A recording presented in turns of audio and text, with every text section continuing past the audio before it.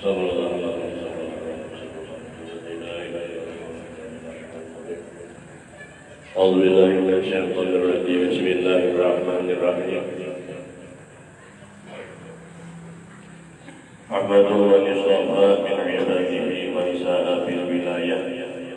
Artinya aku memuliakan Allah Subhanahu wa ta'ala yang telah memilih ya Allah dari segala hambanya, akan orang yang dikehendakinya oleh Allah dengan dijadikannya oleh Allah sebagai wali Allah yang dikasihi Allah.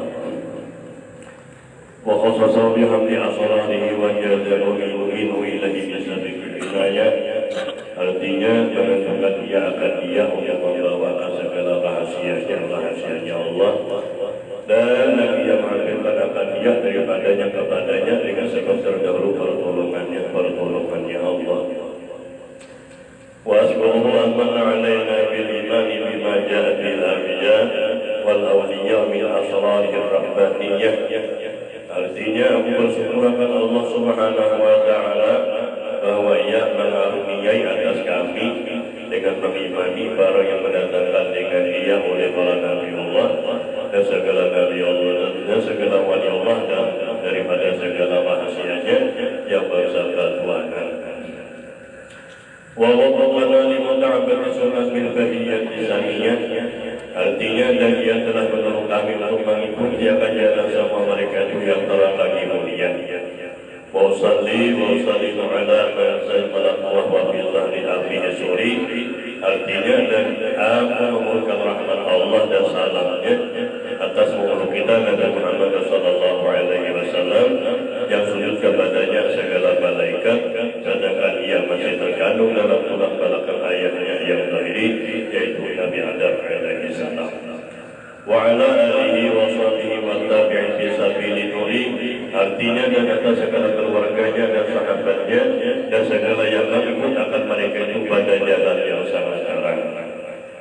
Wa ba'du daripada itu maka telah datang dalam sebahagian atar yaitu perkataan sahabat dan tabi'in. Inda dzikri sholihin tatanazzalu rahmatur rahmanir ghaffar. Artinya ketika dibaca hikayat keramat aulia Allah itu turunlah beberapa rahmat Allah yang Maha Pengasih lagi Maha Pengampun. Dan berkata sebagian orang saleh, "Udhkur hadis as-salihin wa sabihim fa bi dzikrihim tatanazzalu rahmat wa hadur majalis wa barakatihim wa qulubuhum surha." Artinya jika sebutlah kisah-kisah orang saleh dan hikayat keramatnya, maka di dalam menyebut kisah mereka itu turunlah beberapa rahmat Allah, dan hendaklah engkau hadir dalam majlis orang saleh ini akan mendapat berkah mereka itu, dan hendaklah engkau ziarahi kubur orang saleh apabila mereka sudah wafat. Maka tatkala mendengar riwayat tersebut itu terbukalah hatiku untuk menghiburkan sebagian dari Rasul Muhammad SAW radhiyallahu anhu. Mudah-mudahan Allah Subhanahu wa taala menurunkan rahmat dan mengampuni serta meridai bagi penyusunya dan bagi orang yang membacanya dan orang-orang yang hadir mendengarkannya. Amin ya Allah ya rabbal alamin. Dan Syekh Muhammad SAW radhiyallahu anhu adalah seorang ulama besar yang menghibur antara ilmu syariat dan ilmu hakikat. Wali kutub di dalam negeri Madinah di Rasul yang mempunyai kelebihan dan keramat yang besar. Lagi beliau menurut Rasulullah dan bermadzhab Syafi'i. Beliau dilahirkan pada tahun 1130 daripada Nabi sallallahu alaihi wasallam di dalam negeri Madinah di Rasul. Di masa kecil beliau diasuh dan dididik orang tuanya dengan didikan ilmu agama, dan beliau sangat berbakti kepada orang tuanya.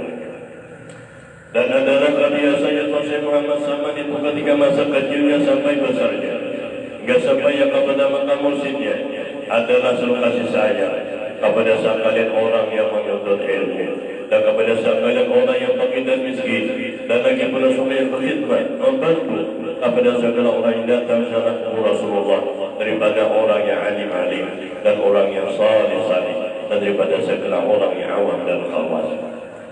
Dan lagi pula Rasul Muhammad SAW sangat kasih kepada Tuhannya dan benci kepada dimurkainya, dan mengatakan musyahadah dan muraqabah dan ibadah hingga ia meninggalkan daripada adat dan melawankan hawa nafsunya hingga daripada yang halal sekalipun. Dan tiada tidur ia pada ketika malam hari mereka sedikit dua. Dan apabila ia diberi bantal oleh orang tuanya ketika hendak tidur, maka kalau ke sana ia seperti orang sakit. Dan apabila sampai waktu sahur, maka ia bangun daripada tidurnya, lalu ia latih sahur, yakni membaca amalan-amalan. Kemudian daripada itu lalu ia sembahyang subuh berjamaahnya orang banyak. Lalu pun ia latih hingga terbit matahari. Manakala terbit matahari kira-kira segala, maka bangkitlah ia sekitar sholat 2 rakaat. Dan apabila sampai seperempat hari, maka bangkitlah ia sholat duha sebanyak-banyaknya 12 rakaat, dan yang terafdal itu 8 rakaat. Dan lagi pula itu sama membanyakan puasa sunnah dan membanyakan riyadhah, artinya membersih hati daripada sifat-sifat yang jahat dan menjauh daripada lanjut-lanjutnya hingga daripadanya halal sekalipun. Dan lagi Rasul Muhammad SAW pernah di waktu kecilnya disuruh orang tuanya masuk tempat makan makanan karena dia hendak diberi makan oleh orang tuanya. Manakala selesai daripada makannya, dilihat oleh orang tuanya tempat dia makan seolah-olah tiada dimakannya. Kemudian daripada itu pergilah orang tuanya kepada gurunya mengajar Quran di waktu kecil. Lalu dikabarkan oleh orang tuanya daripada hal anaknya tersebut, maka dijawab oleh gurunya, janganlah kau takut akan anak itu, tiada syak terlaku lagi bahwasanya ia adalah waliullah dan tiada khilaf lagi antara segala ulama.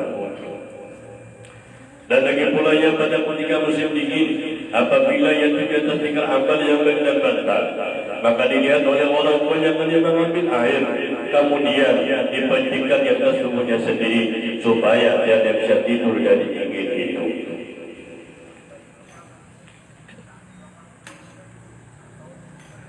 Setengah perkataan Rasul Muhammad SAW radhiyallahu anhu, alhamdulillah, aku dijadikan oleh Allah sebagai waliullah, selagi aku masih dalam perut ibuku serta aku dipeliharanya. Dan lagi perkataan Rasul Muhammad SAW, alhamdulillah, aku dikurniai oleh Allah Subhanahu wa taala untuk menubuhi hadratir Rasul sallallahu alaihi wasallam. Dan setengah daripada karunia-Nya pula dijadikan yang sebagai rahmat bagi sekalian umat Nabi Muhammad sallallahu alaihi wasallam pada zaman sekarang hingga kepada orang kafir sekalipun. Alhamdulillah, tiada dijadikan yang sebagai bala bagi mereka.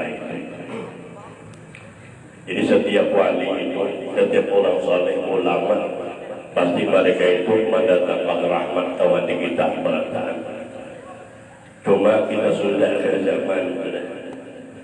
Dan jadi artinya di akhir zaman ini banyak artinya orang ada kalau lagi ulama. Yang zaman sudah memang kayaknya sudah beberapa abad lalu nanti kita sudah memadamkan. Artinya di akhir zaman itu kena ulama amilin, ulama yang butuh mengamalkan ilmunya itu kena dijamin. Kita melihat juga keadaan sekarang ini ya Allah. Nah jadi nak ada itu ulama sub gitu lah. Nah jadi tinggal kita dari kemana kita yakini. Namun kita melihat hadis Nabi kita Muhammad Sallallahu Alaihi Wasallam, di mana ulama itu di akhir ini banyak dimusuhi oleh manusia, dijalimi itu. Nah kita percaya. Memang kayak itu sudah ada yang kita. Nah jadi mudah-mudahan hati kita dari hidayah petunjuk oleh Allah Subhanahu wa taala. Mudah-mudahan kita selalu betul-betul mencintai akan orang alim, akan ulama, akan orang-orang saleh, akan aulia-aulia Allah Subhanahu wa taala. Amin amin ya Allah ya rabbal alamin. Dan berkatalah Rasul Muhammad SAW radhiyallahu anhu kepada segala muridnya, janganlah kamu mungkin kepadaku seperti ahli Madinah, yang mungkin mereka itu kepadaku sama pada zaman sekarang. Dari sebab sangat sahih dalam negeri Madinah ini, tiada seorang daripada ahli Madinah ini yang sangat sahih pada masa ini di dalam negeri Madinah ini seperti kezahiran ini. Jikalau keluar aku daripada negeri Madinah ini, niscaya banyaklah orang Madinah ini yang tersesat saja sini. Dan setengah daripada perkataan Rasul Muhammad SAW radhiyallahu anhu, segala kami aulia Allah, jadalah kami mati mereka hanya kami berpindah daripada negeri yang dari ini kepada negeri yang tersembunyi, Maka apabila mati kami pada penglihatan kamu, maka datanglah kamu ziarah kubur kami, serta kamu membaca Al-Quran dan berzikir. Maka ketika itu kami dengar dan kami lihat, dan duduklah kami beserta kamu dengan membaca Al-Quran dan berzikir. Seperti sabda Nabi kita Muhammad sallallahu alaihi wasallam, "Innama khuliqtum lil abad wa innama tunqaluna min darin ila darin fa yahabbatanna qadwa na'im syarban." Artinya, segala Nabi Allah dan awliya Allah hanya saja kamu dijadikan kekal, dan bahwasanya kamu dipindahkan dari satu Nabi kepada Nabi yang tersembunyi, kepada negeri yang lain. Maka itulah sebaik perpindahan dan sebaik kesenangan yang kekal. Dan setelah perkataan Tuhan Syekh Muhammad SAW radhiyallahu anhu, barang siapa makan makanan kami, masuklah, maksudnya mengamalkan amalan beliau, maka masuklah yang ke dalam surga. Dan barang siapa masuk ke rumah kami atau langgar kami, maksudnya hadir di majlis beliau, niscaya diampuni oleh Allah Subhanahu wa taala dosa-dosanya. Mudah-mudahan pada malam hari kita termasuk dalam majlis beliau, dalam majlisnya orang-orang saleh, dalam majlisnya aulia-aulia Allah Subhanahu wa taala. Mudah-mudahan dengan berkat kita berhati di majlis malam ini, mudah-mudahan seluruh kesalahan kita, dosa-dosa kita diampuni oleh Allah Subhanahu wa taala. Kita doakan kepada sahibul hajat, sahibul yang berniat pada malam hari ini, mudah-mudahan apa niatnya, apa hajatnya dikabulkan oleh Allah Subhanahu wa taala. Kalau ada kekurangannya, salah khilafnya, banyak-banyak minta ampun dan maaf. Akhiri usikum wa nafsi bi taqwallah. Wassalamualaikum warahmatullahi wabarakatuh.